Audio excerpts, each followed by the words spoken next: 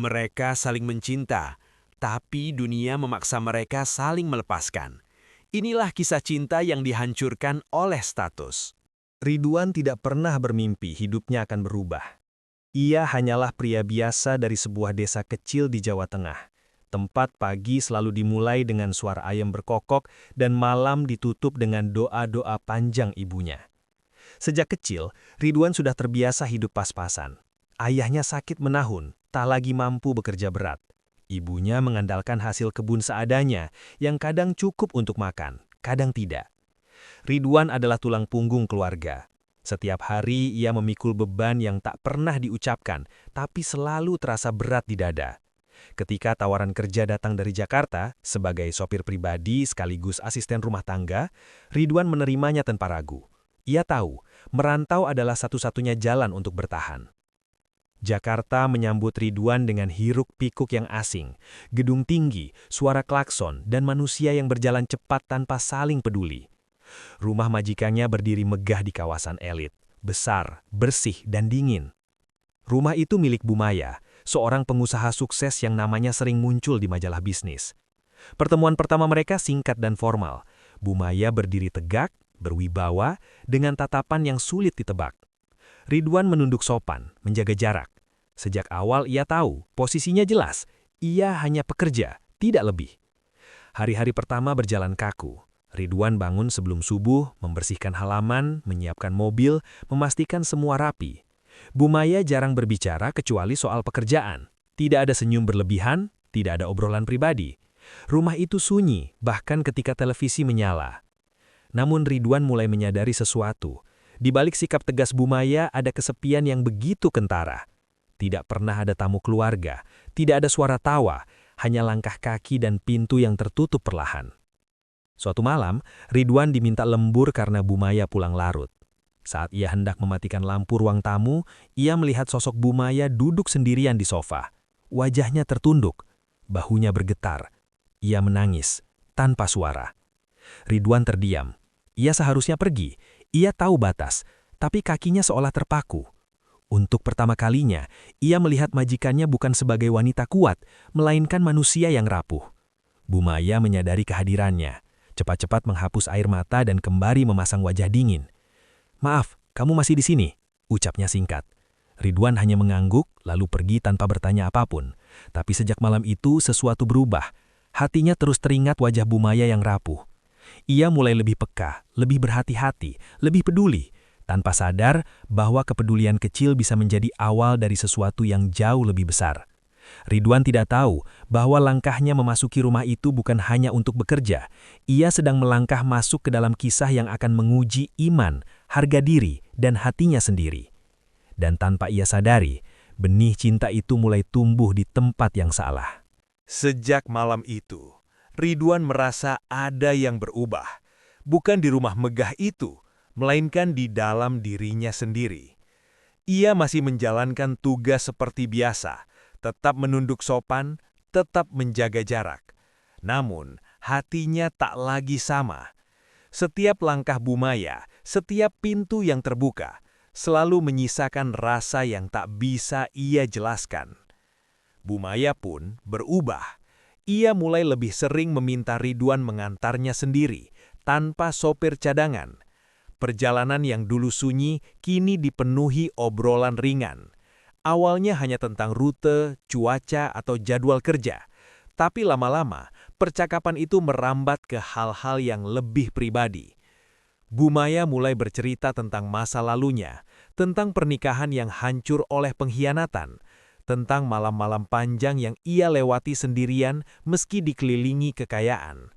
Ridwan hanya mendengarkan. Ia tak pernah memberi nasihat, tak pernah menghakimi. Sikap itulah yang membuat Bumaya merasa aman. Setiap kali Ridwan mendengarkan dengan tulus, Bumaya merasa dihargai sebagai manusia, bukan sebagai atasan. Tatapan mereka mulai bertahan lebih lama. Senyum kecil muncul tanpa disadari. Ada getaran halus yang tak berani mereka sebutkan. Ridwan berusaha menyangkal perasaannya. Ia menegur dirinya sendiri setiap malam. Ia tahu posisi, ia tahu batas. Ia hanyalah pekerja dari desa, sementara Bumaya adalah wanita berpendidikan, berstatus, dan berkuasa. Perasaan ini tidak pantas, perasaan ini berbahaya. Namun, hati tidak pernah peduli pada logika. Suatu sore, hujan turun deras. Ridwan dan Bumaya terjebak macet berjam-jam. Dalam mobil yang sunyi, Bumaya tiba-tiba berkata lirih, "Kamu tahu Ridwan, kadang aku iri pada orang-orang sederhana. Mereka mungkin miskin, tapi punya keluarga yang pulang menunggu." Ridwan terdiam. Kata-kata itu menusuk. Untuk pertama kalinya, ia melihat Bumaya bukan sebagai majikan, tapi sebagai wanita yang lelah. Tanpa sadar, ia menjawab, "Kesepian itu lebih berat dari kemiskinan, Bu." Bumaya menoleh. Tatapan mereka bertemu. Sunyi terasa menekan. Sejak saat itu, jarak di antara mereka semakin tipis. Ridwan mulai gelisah. Ia merasa bersalah, ia merasa takut, tapi juga merasa hidup. Setiap kali Ridwan memanggil namanya, ada sesuatu yang bergetar di dadanya. Setiap senyum kecil Bumaya terasa seperti hadiah sekaligus ancaman. Di sisi lain, gosip mulai berembus pelan. Karyawan rumah memperhatikan perubahan itu, tatapan yang terlalu lama, perhatian yang terlalu khusus. Ridwan menyadari bahaya yang mengintai, namun Bumaya seolah tak peduli. Ia menikmati kebersamaan itu, mungkin karena terlalu lama hidup dalam kesepian. Suatu malam, Bumaya mengundang Ridwan untuk minum teh di teras. Angin malam berembus pelan, lampu taman redup. Dalam keheningan itu, Bumaya berkata, "Kalau aku bukan majikanmu, apakah kamu akan tetap sebaik ini?" Pertanyaan itu mengguncangkan Ridwan. Ia tak mampu menjawab. Ia tahu, sejak saat itu, perasaan ini tak lagi bisa disangkal. Dan tanpa mereka sadari, benih cinta itu telah tumbuh dan mulai menuntut pengakuan. Ridwan tahu, sejak malam di teras itu, hidupnya tak lagi sama. Pertanyaan Bumaya terus terngiang di kepalanya, menghantui setiap detik, setiap tarikan napas. Ia mencoba bersikap seperti biasa, namun tubuhnya mengkhianati. Tangannya gemetar setiap kali menerima kunci mobil. Dadanya sesak setiap kali Bumaya memanggil namanya dengan suara yang terlalu lembut. Ia mulai menjaga jarak, bekerja seperlunya, menunduk lebih lama, pergi lebih cepat. Ridwan berharap dengan cara itu, perasaan ini akan padam. Tapi justru jarak itu membuat segalanya semakin menyakitkan. Bumaya merasakan perubahan itu. Ia tidak marah, tapi terluka. Seorang wanita yang terbiasa mengendalikan segalanya, kini tak mampu mengendalikan hatinya sendiri. Suatu malam, ia memanggil Ridwan ke ruang kerja. "Kamu menghindar dariku," ucap Bumaya, tanpa nada tinggi, tapi penuh tekanan. Ridwan menunduk. "Saya hanya berusaha tahu diri, Bu." Kalimat itu menghantam Bumaya. Ada luka di matanya. "Jadi selama ini, semua perhatianmu hanya karena pekerjaan." Ridwan terdiam lama. Dalam diam itu, hatinya berperang, antara jujur dan bertahan, antara cinta dan harga diri. Hujan turun deras malam itu. Petir menyambar, listrik padam. Dalam gelap, Bumaya mendekat. Suaranya bergetar. "Ridwan, aku lelah berpura-pura kuat." Dan disitulah dinding pertahanan Ridwan runtuh. Ia mengakui semuanya. Perasaan yang tumbuh diam-diam, ketakutan akan status, rasa bersalah pada Tuhan dan dirinya sendiri. Air mata jatuh, bukan karena bahagia, tapi karena sadar betapa salahnya cinta ini. Bumaya menangis. Mereka saling berhadapan, begitu dekat, namun terasa begitu jauh. Tidak ada pelukan, tidak ada sentuhan, hanya dua hati yang bergetar dalam kesunyian. Keesokan harinya, rasa bersalah datang bertubi-tubi. Ridwan mulai gelisah. Ia sulit tidur, ia sering melamun. Ia merasa telah melangkahi batas yang tak seharusnya. Sementara Bumaya mulai berharap, harapan yang berbahaya. Tekanan datang dari luar, gosip semakin jelas. Tatapan sinis karyawan lain menusuk Ridwan. Ada bisik-bisik di belakang punggungnya. Ia merasa terhina, meski tak satupun kata diucapkan langsung. Ridwan mulai mempertanyakan segalanya. Apakah cinta ini layak diperjuangkan?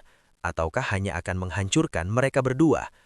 Suatu sore Ridwan menerima telepon dari ibunya di desa. Ayahnya kembali masuk rumah sakit. Biaya semakin besar. Ridwan terdiam lama setelah telepon ditutup. Di saat yang sama, Bu Maya masuk ke dapur dan menatapnya dengan penuh harap. Ridwan merasa terjepit. Di satu sisi, keluarga menunggu. Di sisi lain, cinta yang tak boleh ada mulai menuntut jawaban. Malam itu Ridwan berdoa lama. Ia menangis. Ia sadar cinta ini tidak pernah salah. Yang salah adalah tempat dan waktunya. Dan saat itulah, ia tahu, ledakan besar hanya tinggal menunggu waktu. Hari-hari setelah pengakuan itu terasa seperti berjalan di atas pecahan kaca. Ridwan dan Bu Maya tidak lagi sama, namun juga tak benar-benar berpisah. Ada jarak yang dipaksakan, tapi ada rindu yang tak mampu disembunyikan. Setiap tatapan terasa berat, setiap kebisuan terasa menuduh. Hingga suatu pagi, badai yang sesungguhnya datang. Ridwan dipanggil ke ruang tamu. Di sana sudah duduk dua orang yang tak pernah ia temui sebelumnya. Keluarga Bu Maya. Wajah mereka dingin, penuh penilaian. Bu Maya berdiri di sudut ruangan, pucat, matanya berkaca-kaca. "Kamu tahu kenapa kami memanggilmu?" tanya salah satu dari mereka dengan nada merendahkan. Ridwan menunduk. Ia tahu, semua akhirnya terbongkar. Kata-kata kasar mulai dilontarkan, status Ridwan dipertanyakan, latar belakangnya direndahkan. Pekerja desa, tak berpendidikan, dianggap tak pantas berdiri sejajar dengan Bu Maya. Setiap kalimat terasa seperti tamparan keras yang menghantam harga dirinya. Ridwan ingin membela diri, ingin berkata bahwa cinta tak memilih status, tapi lidahnya keluh. Ia sadar, sekeras apapun ia bicara, dunia tidak akan berpihak padanya. Bu Maya akhirnya angkat suara. Ia membela Ridwan, tapi suaranya bergetar. Untuk pertama kalinya, ia terlihat lemah di hadapan keluarganya sendiri. Pilihan dipaksakan padanya, cinta atau reputasi, Ridwan atau semua yang telah ia bangun selama bertahun-tahun. Ridwan lihatnya, dan hatinya hancur. Malam itu rumah besar itu dipenuhi ketegangan. Tangisan Bu Maya pecah di balik pintu kamar. Ridwan duduk sendiri di kamarnya, menatap koper kosong. Ia sadar jika ia tetap tinggal, Bu Maya akan kehilangan segalanya. Nama baik, usaha, kehormatan. Dan ia tidak sanggup menjadi penyebab kehancuran itu. Dengan tangan gemetar, Ridwan menulis surat singkat, tanpa drama, tanpa penjelasan panjang, hanya permohonan maaf dan ucapan terima kasih. Sebelum fajar menyingsing, ia pergi, tanpa berpamitan, tanpa pelukan terakhir. Saat Bu Maya menyadari Ridwan menghilang, semuanya terlambat. Ia berlari keluar rumah, memanggil nama Ridwan dengan suara pecah. Jalanan masih sepi, yang tersisa hanya sunyi dan rasa bersalah yang tak tertahankan. Ridwan pulang ke desa dengan hati yang hancur. Ia merasa kalah, tapi juga lega. Ia telah memilih mundur demi cinta, meski itu berarti kehilangan orang yang paling ia sayangi. Di Jakarta, Bu Maya tetap berdiri di puncak kariernya, tapi senyumnya hilang. Rumah megah itu kembali sunyi, bahkan lebih sunyi dari sebelumnya. Tidak ada lagi suara langkah sederhana yang selalu menunggu. Ledakan itu telah terjadi. Tidak ada yang benar-benar menang. Yang tersisa hanya luka dan cinta yang tak sempat diperjuangkan. Waktu tidak pernah benar-benar menyembuhkan luka. Ia hanya mengajarkan manusia cara hidup berdampingan dengan rasa sakit. Ridwan kembali ke desa sebagai pria yang berbeda. Ia tidak lagi membawa mimpi besar, hanya sisa-sisa harapan yang dipaksa ia kubur dalam-dalam. Setiap pagi ia membantu ibunya, mengantar ayahnya berobat, dan membuka bengkel kecil dari tabungan terakhirnya. Hidupnya sederhana, nyaris sunyi, namun jujur. Tak ada yang tahu apa yang pernah ia lalui di Jakarta. Tak ada yang tahu bahwa hatinya pernah tertinggal di rumah megah yang kini terasa begitu jauh. Ridwan jarang berbicara tentang cinta. Setiap kali namanya disebut, ada rasa nyeri halus yang ia sembunyikan di balik senyum. Di sisi lain, Bu Maya tetap menjadi wanita sukses yang dikagumi banyak orang. Tapi keberhasilan itu terasa hampa. Setiap sudut rumah mengingatkannya pada Ridwan, pada langkah kaki yang selalu datang tepat waktu, pada tatapan tulus yang tak pernah menuntut apapun. Ia mencoba menjalin hubungan baru. Gagal. Ia mencoba mengisi kekosongan dengan pekerjaan. Percuma. Kesepian selalu kembali, lebih kuat dari sebelumnya. Bu Maya akhirnya menyadari satu hal yang pahit. Ia telah mengorbankan cinta yang paling tulus demi dunia yang tak pernah benar-benar memeluknya. Bertahun-tahun berlalu.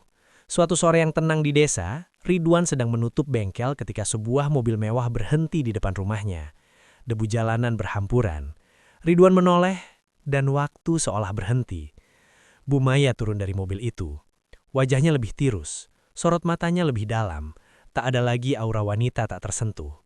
Yang berdiri di hadapan Ridwan hanyalah seorang wanita yang lelah membawa penyesalan. Mereka saling menatap lama. Tidak ada pelukan, tidak ada kata cinta. Hanya keheningan yang penuh makna. "Aku mencarimu," ucap Bu Maya pelan. Suaranya bergetar. Ridwan tersenyum tipis. "Aku tidak pernah pergi, aku hanya pulang." Kalimat itu menghantam Bu Maya lebih keras dari segala penolakan. Air matanya jatuh. Ia meminta maaf, bukan karena telah memilih karir, tapi karena membiarkan Ridwan pergi sendirian menanggung segalanya. Mereka duduk berhadapan, bercerita tentang hidup masing-masing, tentang luka, tentang keputusan, tentang cinta yang dulu tak sempat diberi ruang. Tidak ada janji untuk kembali bersama, tidak ada rencana masa depan. Mereka sadar, cinta itu nyata. Tapi tidak semua cinta harus dimiliki. Saat senja turun, Bu Maya berdiri untuk pergi. Sebelum masuk ke mobil, ia menoleh dan berkata, "Terima kasih karena pernah mencintaiku dengan cara yang paling benar." Ridwan mengangguk. Air matanya basah, tapi hatinya tenang. Mobil itu pergi perlahan, meninggalkan debu dan kenangan. Ridwan menatap langit sore. Untuk pertama kalinya, ia merasa tidak lagi menyesal. Karena ia akhirnya mengerti, cinta tidak selalu tentang memiliki. Kadang cinta adalah keberanian untuk melepaskan dan tetap mendoakan dalam diam. Kisah yang baru saja kita saksikan adalah potret kehidupan yang mungkin tak pernah kita bayangkan sebelumnya. Tentang perasaan yang tumbuh tanpa rencana, tentang cinta yang hadir di waktu dan tempat yang salah, serta tentang keputusan berat yang harus diambil demi menjaga harga diri dan masa depan. Melalui perjalanan hidup Ridwan, kita belajar bahwa tidak semua cinta harus dimiliki untuk menjadi bermakna. Ada kalanya, melepaskan justru menjadi bentuk cinta yang paling tulus. Karena cinta sejati bukan tentang ego, melainkan tentang pengorbanan dan keikhlasan. Semoga kisah ini bisa menjadi pengingat bagi kita semua agar selalu berhati-hati dalam melangkah, menjaga batas, dan tidak membiarkan perasaan menghancurkan nilai-nilai kehidupan yang lebih besar. Pesan moral yang disampaikan: tidak semua yang kita cintai harus kita miliki. Status dan posisi bisa memisahkan, tapi ketulusan tetap punya arti. Cinta sejati tidak selalu berakhir bersama, tapi selalu meninggalkan pelajaran. Harga diri dan tanggung jawab kadang harus didahulukan dari perasaan. Kalimat doa untuk penonton. Semoga Allah SWT selalu melindungi langkah kita, menguatkan hati kita dalam setiap ujian, dan mengganti setiap luka dengan kebahagiaan yang lebih indah di waktu yang tepat. Semoga kita semua dipertemukan dengan cinta yang halal, tulus, dan penuh keberkahan. Amin. Interaksi penonton. Tulis di kolom komentar, kamu menonton video ini dari kota mana? Dan menurut kamu, apakah Ridwan sudah mengambil keputusan yang tepat? Ajakan subscribe, call to action. Jika kamu menyukai kisah-kisah penuh makna seperti ini, jangan lupa subscribe channel Perjalanan Hidup, aktifkan lonceng notifikasi, dan bagikan video ini agar semakin banyak orang bisa mengambil pelajaran dari cerita ini. Dukungan kalian adalah semangat kami untuk terus menghadirkan kisah-kisah kehidupan yang menyentuh hati. Disclaimer: cerita dalam video ini hanyalah fiksi semata. Jika terdapat kesamaan nama, karakter, atau kejadian, itu tidak disengaja dan hanya kebetulan belaka. Kami mohon maaf apabila dalam penyampaian cerita terdapat kata-kata yang kurang berkenan.